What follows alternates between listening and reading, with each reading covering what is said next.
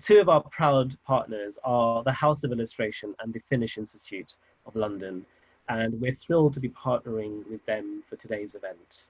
So the House of Illustration, this event would have happened actually at the House of Illustration, but obviously due to the coronavirus, the centre is closed. It's the UK's sort of, I think, only centre for illustration and graphic art. Its exhibition programme explores illustration from around the world, celebrating its rich and varied history and championing emerging talent. It's a place to learn and create with a pioneering education programme, has a busy calendar of events all year round, and I can say it has one of the best gift shops anywhere in the King's Cross area. So if you're looking for cards or wrapping paper or lovely books, anything like that, go to the House of Illustration gift shop. The Tom of Finland exhibition is the UK's first public exhibition dedicated solely to the gay cultural icon Tom of Finland on the centenary of his birth, which is actually the 8th of May, so just in a few weeks' time. The exhibition is called Tom of Finland, Love and Liberation, and celebrates the artist Touko Laaksonen. I hope I pronounced that correctly, Touko Laaksonen. I'm going to just call him Tom the rest of this presentation, just so that it's easier for me. And his sort of unique aesthetic and homoerotic visions had a profound impact on the likes of, Freddie Mercury from Queen, the Village People, and so many others, despite the fact that living and working in a country where both homosexuality and pornography were illegal at the time when he was alive. And we hear a bit more about that later on. This exhibition features previously unseen drawings from the Tom of Finland Foundation's collection. Now, I must say that this exhibition contains sexually explicit imagery, not too much of it, but there's the odd slide here and there that might be a bit suggestive. So if you've got any young children hanging around you near your computer, please be careful. Or if a parent or your other half walks in halfway through, ask them to join in. I'm sure they won't mind. The private view will be talked through by the curator of this exhibition, Olivia Ahmed from the House of Illustration. And also we're lucky to have Jaakko Nousiainen, I hope I pronounced that correctly as well, who's the head of arts and culture at the Finnish Institute. So he'll be joining us for the Q&A afterwards. Before I pass it over to Olivia, just a very brief introduction to her. So Olivia Ahmed is a curator and writer specializing in graphic arts and design. Since 2014, she's been the curator at the House of Illustration, where she commissions contemporary illustration for installation and curates exhibitions on historic graphics. Her recent exhibitions include Designed in Cuba, Cold War graphics, and Corita Kent, Power Up. And both of these we did KQ private views for at the House of Illustration.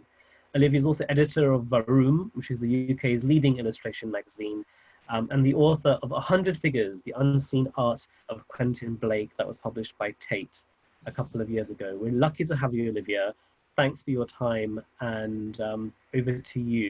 Okay, great. Well, thank you, Bav. That was a lovely intro, and thank you everyone for joining this afternoon. So as Bav said, I'm curator at House of Illustration. We're based over in King's Cross, usually, where we have exhibition galleries where we show historic and contemporary work. But we don't have our own collection. So what my colleagues and I do is we borrow work from museum collections, often work that has been unseen for a long time. And we also borrow from private collections, and we collaborate with other institutions to make exhibitions, and most often featuring the work of marginalised and underrepresented artists. So Tom of Finland, Love and Liberation is an exhibition that we opened just last month. And it's a show that House of Illustration made in collaboration with the extremely excellent Tom of Finland Foundation, who are based over in Los Angeles. And it was very generously supported in many ways by the Finnish Institute in London, which we're super grateful for. So shout outs to both of them. So what I'm going to do this afternoon is tell you a little bit about the show and the foundation, and then I'm going to show you some works from the show.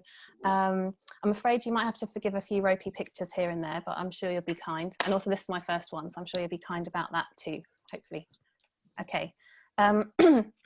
So as Bav said, Tom of Finland was the moniker of artist Touko Laaksonen, who was born in Karina, which is a small town in the south of Finland. He was born in 1920. And he lived and worked in Helsinki for most of his life, though his work had a really broad international following during his lifetime as now, and particularly in the USA, which I'll talk about a little bit later. He's best known as a figurative artist, and this afternoon we'll be looking at just images of men. Tom said that he tried to draw women a couple of times, but he found it literally impossible to get it right.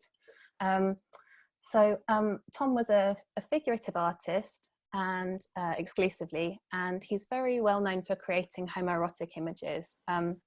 Some people describe him as an artist and illustrator, others describe him as a pornographer. I think he was comfortable with all of those distinctions, really, though his work was much broader than what we might take pornography to mean today.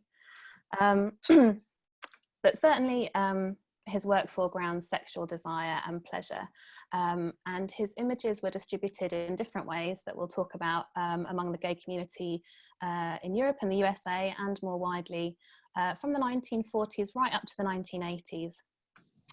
So at first they were distributed in secret because of discriminatory laws, and then later on they were disseminated more openly, and his audience just grew and grew. Okay, so these first few images that I've just shown are installation shots from the exhibition at House of Illustration. Just a couple of things on the exhibition design before we start. So it was designed by our regular collaborators, Fraser Muggeridge Studio. And in working with them, what we really wanted to do was make something that felt immersive and intimate, and that would reflect Tom's interest in texture and materiality. So we chose these mirrored walls. We also used faux leather and a bit of chainmail sparingly.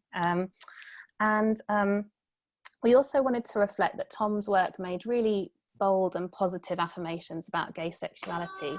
And so we made large-scale graphics, which you might have seen at the beginning, of some of his very small-scale works that he would have produced in secret before the decriminalisation of homosexuality. And we also wanted to enlarge some of his words. He was very good with words, as he was with pictures. And you can see here this says, "My aim is not to create an ideal, but to draw beautiful men who love each other and are proud of it." And while Tom's work changed throughout the course of his life, this is the sentiment that remains constant and at the heart of it throughout.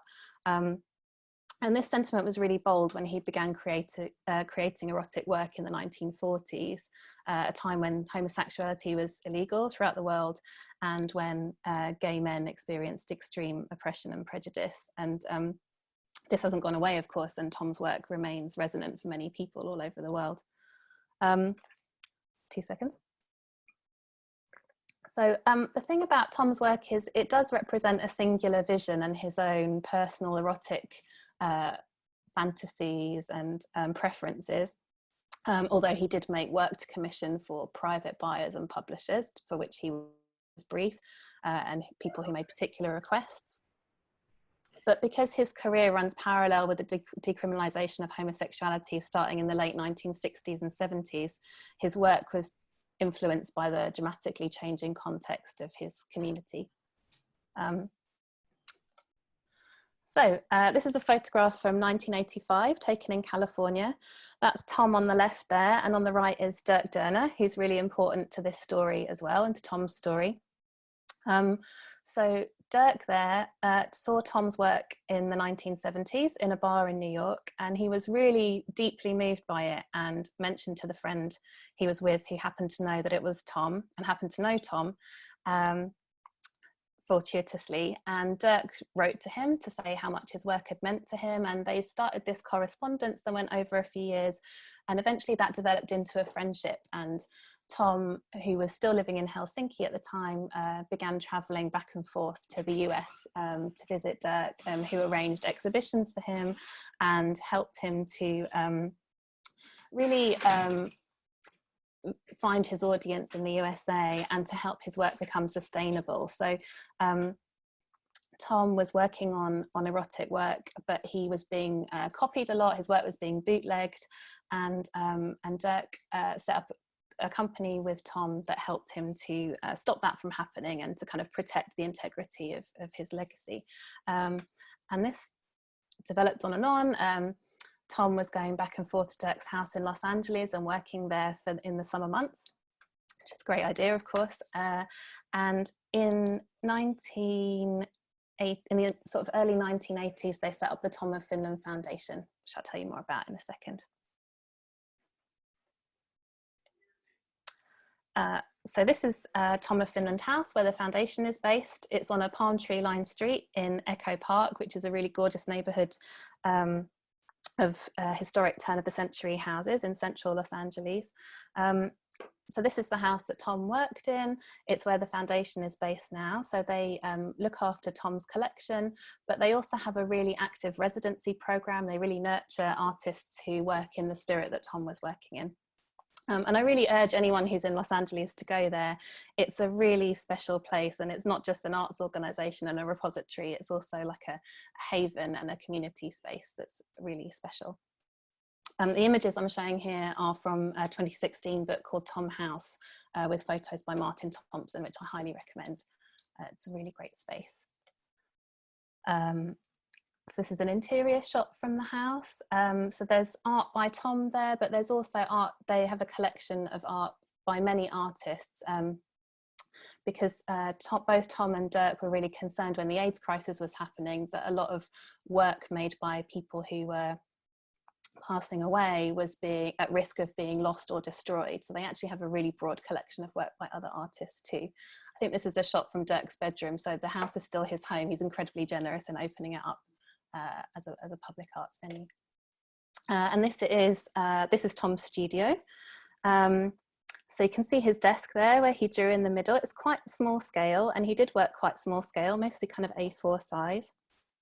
And also probably the next thing you notice is the clothes. So Tom was really interested in costume and leather, and that comes through in his work, but he kind of lived it too. So he would wear these clothes to work in, and when he was drawing, he describes sort of getting into almost like a trance-like state, but also it being a kind of erotically charged experience, drawing erotic images.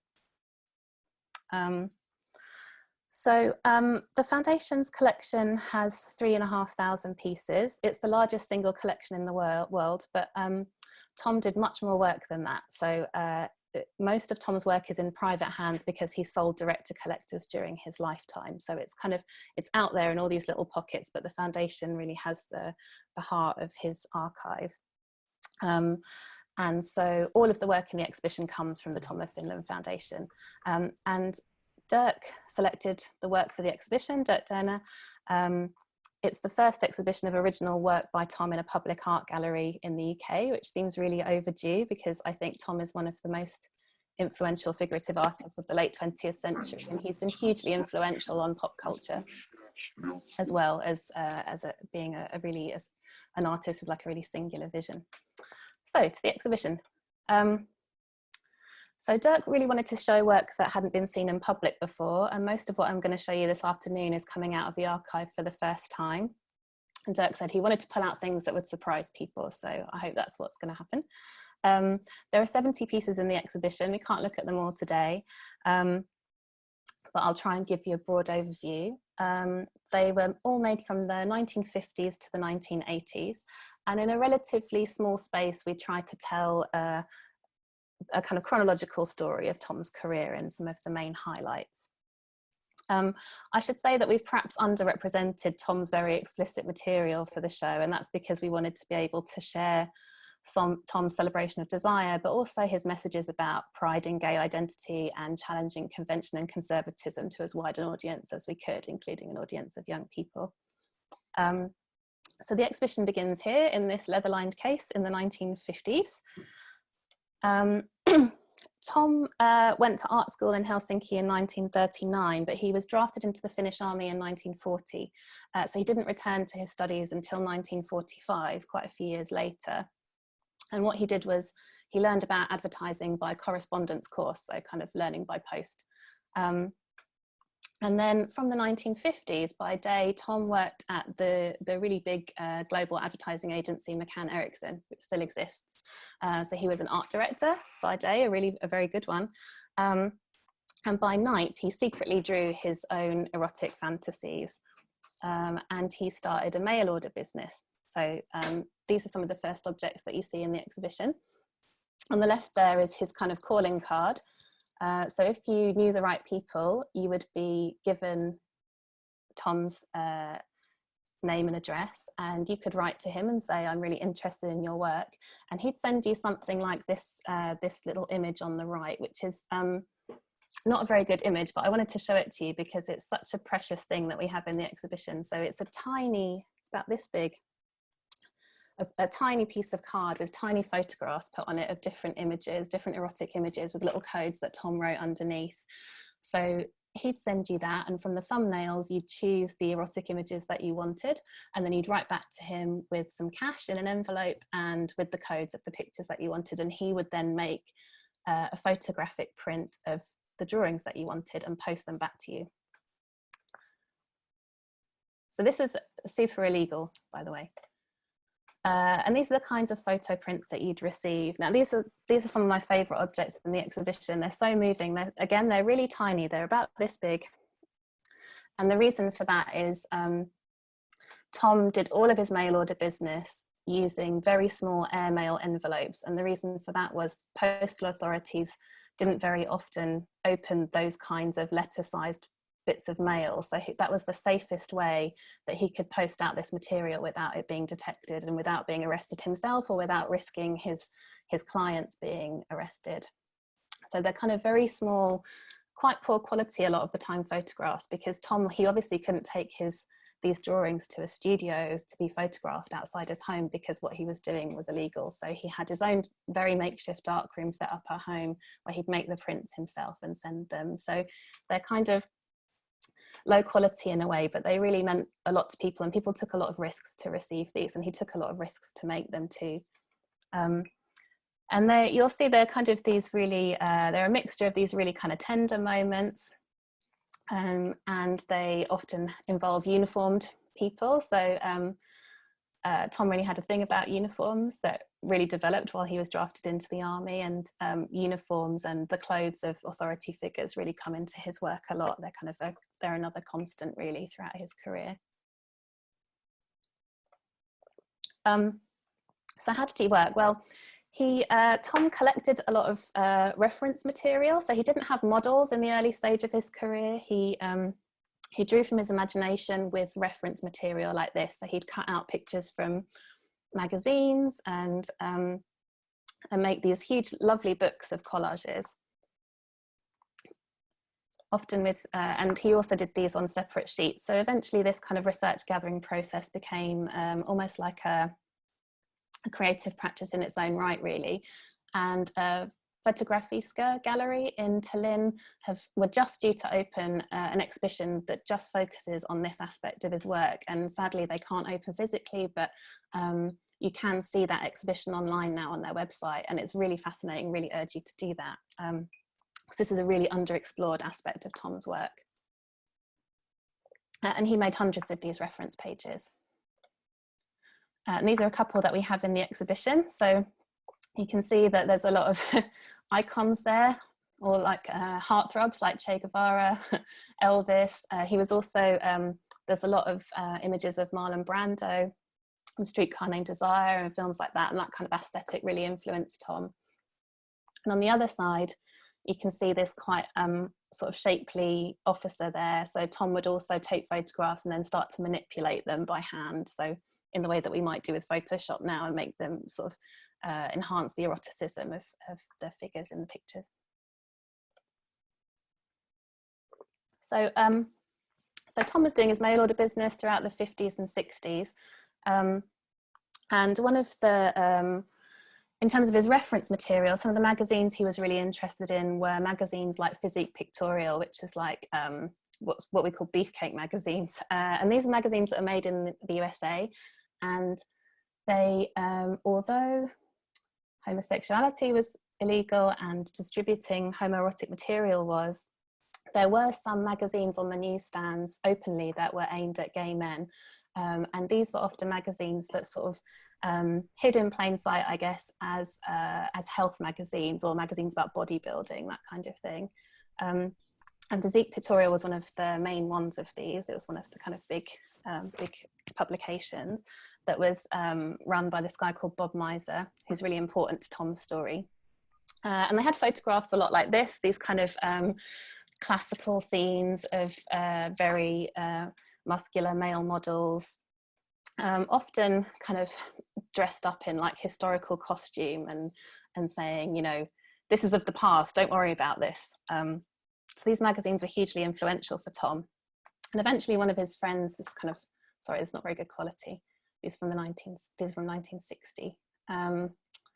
Yeah, so eventually Tom was persuaded by a friend to send some pictures to Physique Pictorial, and in spring 1957 he had his first drawing published on the cover, and that's where he got the name Tom of Finland. So Bob Miser called Tom of Finland. He couldn't call himself by his real name, obviously, for legal reasons, and Bob thought that like Finland sounded kind of exotic and far away and wholesome at the same time. And Tom wasn't that keen on the name at first because he felt like he didn't represent Finland or anything, but it really stuck, and he kept it throughout his life. So a lot of Tom's work featured on the covers like this, and they're these kind of like wholesome scenes of men doing athletic things. There's some of the other covers here. So the bodies are, the male body is quite, some of them are realistic and some of them are sort of beyond realistic. So they're kind of these like hypermuscular, really masculine figures. And that's something really important in Tom's work. He really, at the time, as now as well, there were a lot of stereotypes about gay men, and they were presented in mainstream media as kind of effeminate or stripped of their masculinity, basically. And Tom really emphasizes those kind of macho archetypes in his work. So as well as doing cover illustrations for the magazine, he did kind of series of illustrations that might be seen as a sort of comic strip in a way. And he couldn't show anything erotic, of course, because they were on the newsstands. So all of the narrative and the interplay in Tom's work from this period, which is like the early 1960s by this point, is all suggestion, and it's all in the faces, right? It's all that the way people look at each other, very subtle hints here and there that tell you more than the basic parameters of the scene tell you. So this is the tattooed sailor. This is a really lovely sequence of images from the exhibition. Tom was really interested in like the masters like Leonardo and Rembrandt and stuff, and I think you can really see those influences coming through in some of these works. So yeah, this guy is kind of taken off his leathers to sunbathe, and then this other guy's come upon his leathers, basically. So I think something else that's really interesting about this early work is, well, two things. One is that everything's happening outdoors, so it's not behind closed doors or in secret. Everything's happening out in the real world. And also, unlike those photographs that I showed, these men are contemporary men. I mean, this is the 60s. They look kind of, it looks kind of back old to us, but these kind of hairstyles and clothes are contemporary. So it's saying this is happening now. It's happening now in the open, and it's good. It's positive. So that's like a riposte to really what was being said about gay men at the time. And that's the third in that sequence. Also, these magazines are scenes like this, scenes of fighting. Fighting was really the only way that men could be shown in physical contact with each other in publishing, in sort of mainstream publishing at the time. So that was part of Tom's work too. But always in a sequence with a fight scene, there's an ending where there's this kind of camaraderie and everyone's happy in the end. So there's always a happy ending. Tom said he always wanted to show people cheerful and not ashamed of who they were.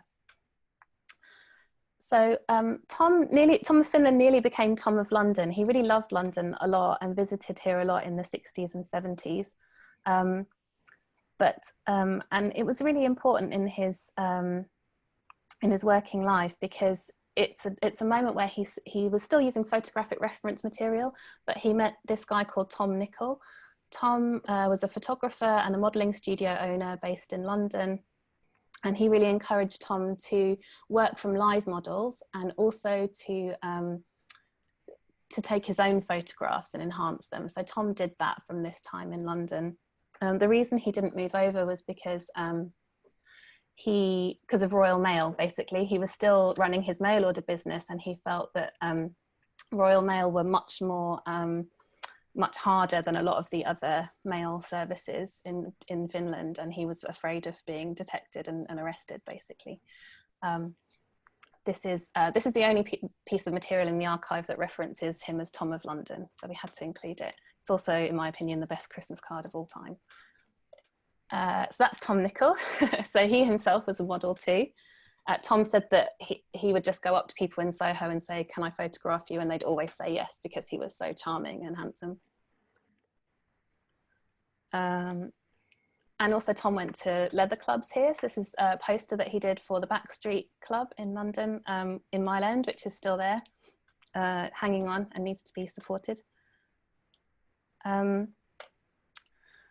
So I just want to talk a bit about clothes. Clothes are really important to Tom. He said that naked men were beautiful, but they were more than beautiful when they were clothed. And he had a fetish, I guess, for leather. And when he was younger, like kind of growing up, a teenager, he remembered watching kind of Finnish manual workers working in the fields and things, and that being a kind of really transformative experience for him.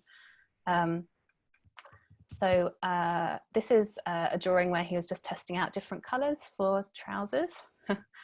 Yeah, he was really interested in fashion, and he really influenced fashion as well. So a lot of his aesthetic you might sort of recognise from people like Freddie Mercury, for example. That was really adopted by the community.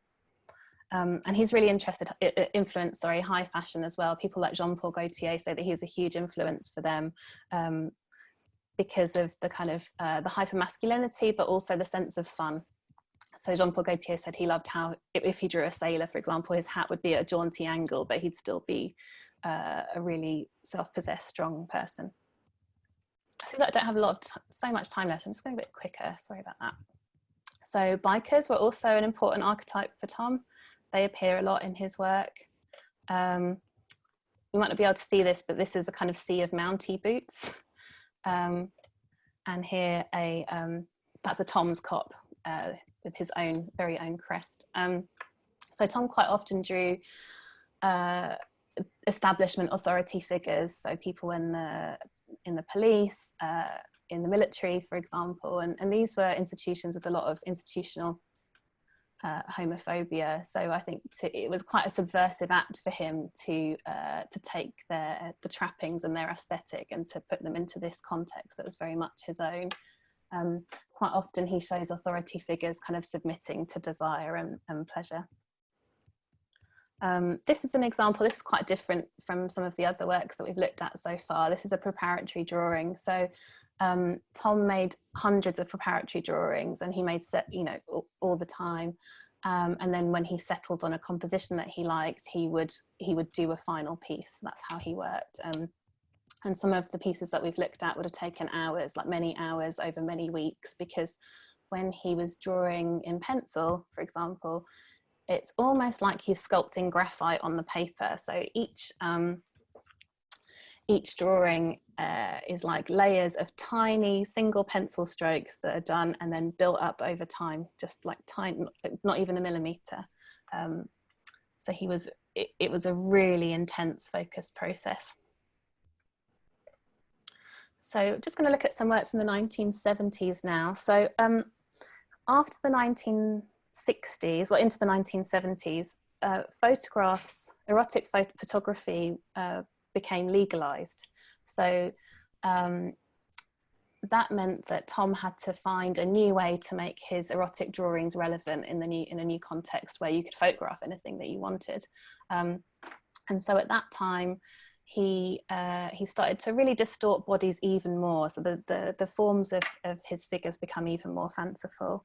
But also with decriminalisation, that meant he could publish his work more openly. And these are some images from comics from the 1970s. So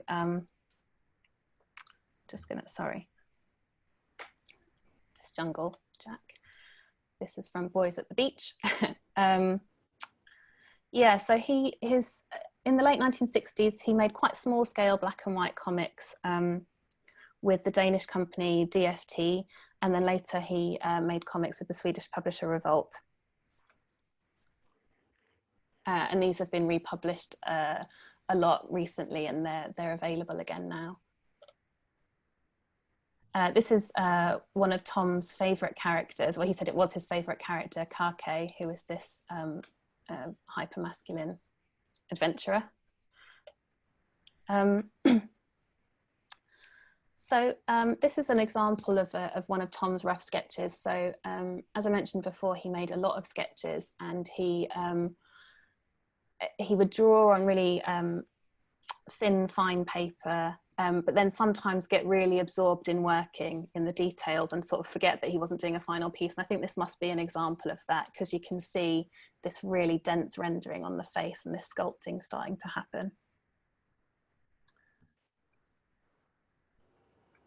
So just coming towards the end now so in the exhibition, this is a section on the 1980s. And in the sort of later 1970s, 1980s, Tom said he felt a kind of boredom with what he called a basic type, and that he wanted to find something more human than an external shell. So sort of towards the end of his life, he was doing a lot more portraiture, so focused on the face and really really taking advantage of how good he was at rendering facial expressions, and sort of exploring the tenderness between people and not just eroticism. The launch of the Tom of Finland Exhibition. And oh, sorry. And at that time, he also did portraiture, a lot of commemorative portraiture of people would commission him to make images of their friends who'd suffered from AIDS, for example. So his portraiture really grew at this time. This is actually a portrait of Dirk Derner, who set up the Tom of Finland Foundation and selected the works for this show. He didn't select this, actually, I did. He was too modest for that. I just think it's so beautiful. So Dirk was a model and a muse for Tom, as well as a business partner. And he did many drawings of Dirk. This is what Dirk calls a masterwork. It is really, I hope some of you get to see it in the flesh one of these days. This kind of really photorealistic approach and looking for truth was really characteristic of his work at that time. And he also kept experimenting with different materials in the sort of later years of his career. So in coloured pastel.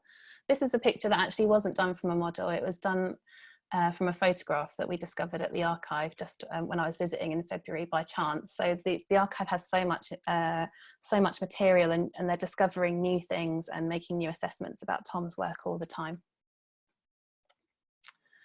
And he also worked in lino very occasionally. So he, as well as doing all this kind of sculpted rendering, he really understood about stylized graphics. I guess from his work as an art director, he was really good at understanding positive and negative space. He said that that's what the abstract relationship between positive and negative space was how he decided to take a composition forward, even when he was doing something much more photorealistic. Okay, so just going to end there here with one of the I think this is the latest work in the show. It also looks a bit like a lino cut, but it's a really stylized drawing from 1986. Tom was working almost till the end of his life. He died in Helsinki from emphysema in 1991, age 71. But as I said, he was born in 1920, and so this is his centenary year. So the Tom of this exhibition is part of a really big program of activity happening to celebrate Tom's centenary and look at different aspects of his work. So please visit the Tom of Finland Foundation website to find out more about their other projects. I mean, a lot has been disrupted over the last month or so, but a lot is being put up online all the time. They've got a lot going on in spite of the crisis. And please follow House of Illustration too to find out what we're up to. Thank you. Now, we're very lucky to also, we've got a bit of time for questions, and we're very lucky to have Jaakko. So Jaakko Nousiainen from the Finnish Institute. If you could unmute yourself, Jaakko. Hi, everyone. Hi, there we go. That's Jaco, brilliant. So Jaco has a multidisciplinary background in several different areas of arts and culture sector. He's a digital and new media expert and has a special interest in combining art and new technologies.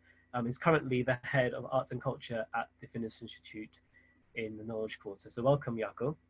Now, I'm going to put a question out to both of you, and then anyone else who wants to ask questions, please feel to type them. If you want to also just say a comment or say hi, or if you've enjoyed this exhibition, how, you know, just write and say hi, wave at us. Anything like that's always nice to know that people have appreciated the event, so we know whether to do these again or not. So please feel free to type those things in the chat function. So question to Jaco. So Tom's often been described as kind of like a dangerous artist. Do you think his work is dangerous? And if so, is that element of danger part of the appeal?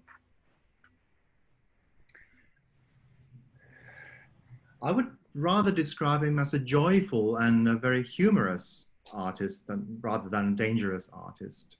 That would be my sort of first takeaway from his work. I mean, it's so empowering and so playful.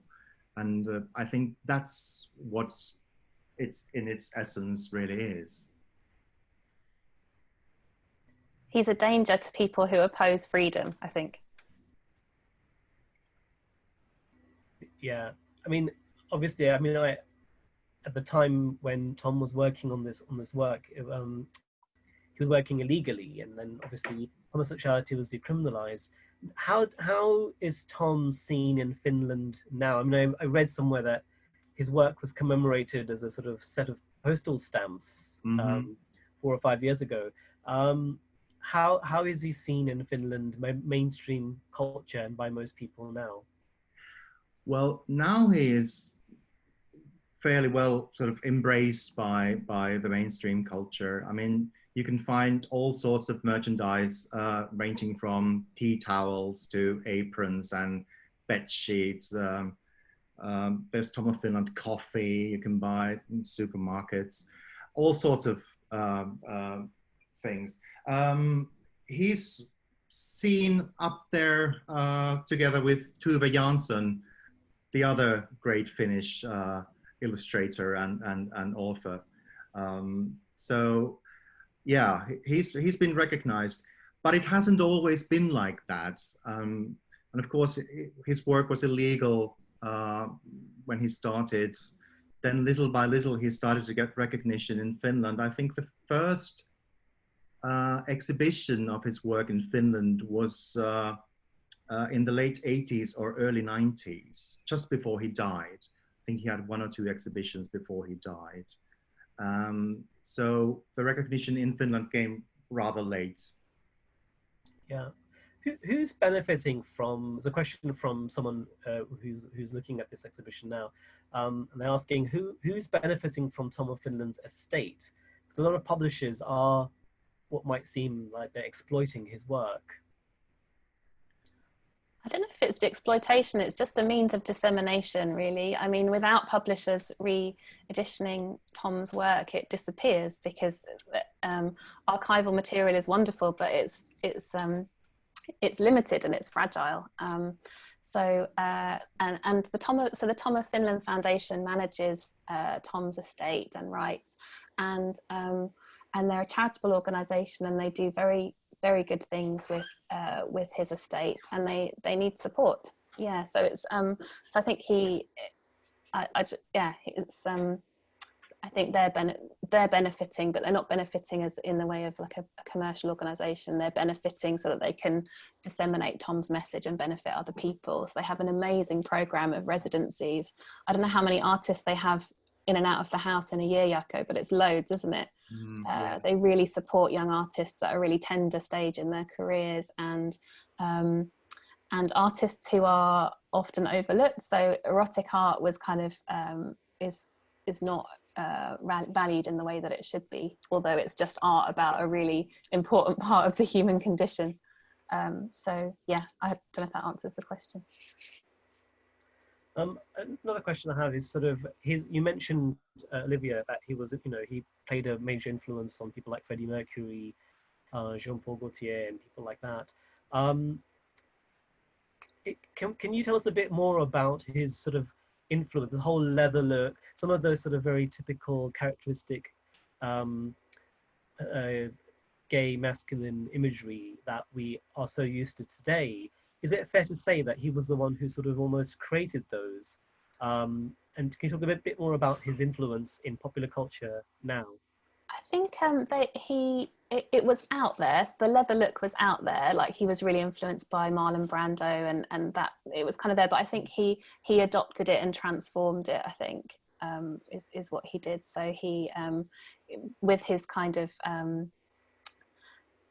distortions, he made a sort of new archetype out of some things that were already out there. And he also he took what might be seen as like heterosexual macho archetypes and subverted them. So I think and I think that was really appealing to lots of people, because in mainstream culture, gay men were really seen to be like dandyish or sort of disempowered, I guess, sexually disempowered by being. Do you think that sort of the glorification of the masculine male might sort of it might not be seen positively by the whole of the LGBT community now, when we're trying to move away from those stereotypes? For sure. I mean, Tom's work is very much about his own vision. I don't think he wasn't trying to speak for everybody.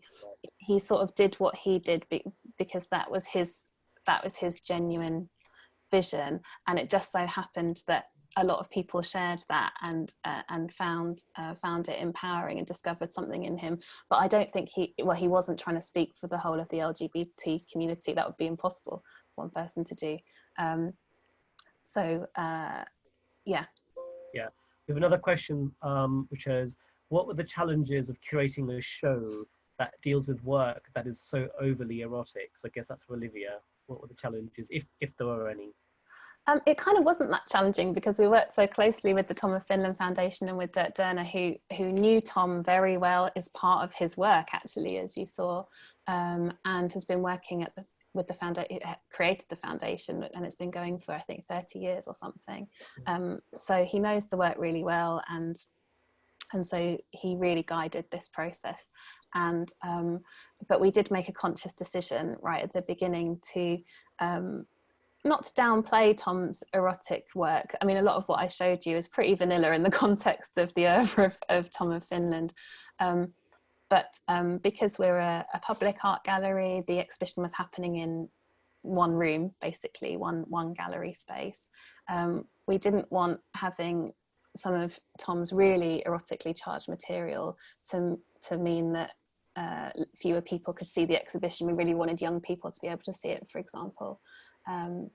So we did make a conscious decision to choose other kinds of work. But also I think that really highlights some of the other aspects of Tom's work, which perhaps get lost in the way that it's covered. So like a lot of his work is about camaraderie or deep connection or friendship, or it's about more than sex, basically. So hopefully the selection of work helps to highlight that as well. Yeah. We've got another question that's come in. So it's mentioned that Tom of Finland drew pictures of those who died during the AIDS epidemic. Were there any other ways that he engaged with the epidemic through his art or otherwise? So maybe, Jakob, do you know much about? Well, I have seen a few drawings that he did which were sort of campaigning for safe sex practices. There were some drawings that he did for the Finnish AIDS Foundation, and I believe he did several works in the US as well. So he was very conscious about the epidemic and wanted to help in the ways he could through his drawing. Okay, that's brilliant. Finally, so Olivia, do you know if the exhibition was meant to be running till September? So if the lockdown lifts up at some point, will the exhibition still be open? for people to visit? Yeah, that's our intention. The foundation have been so this is all the exhibition has their precious things in it, and they've really kindly said that we can extend it if things change, which is amazing. So we hope that'll be possible very much, because I mean, like, I'd known about Tom of Finland's work for a while before I worked on this exhibition and had some of the books and stuff, but there's really nothing like seeing them in the flesh. I'm sure Jaakko will agree. Like the level of craftsmanship is just stunning. They're tiny pieces, but they're so rich and dense. Just as a kind of technical feat, they're amazing. Apart from all of the emotion and all of the socio-historic context. Oh, that's fantastic. I think we run out of time, so all that remains for me to say is thank you for everyone who attended. I think that's brilliant. So many people came. We had 97 people at one point in the room. Awesome. That's pretty amazing. Thank you so much to our two speakers, so Olivia Ahmed and to Jaakko. Really, thank you so much for taking out time and sharing your words of wisdom and experience. And thank you to the House of Illustration for putting up this very brave exhibition. I think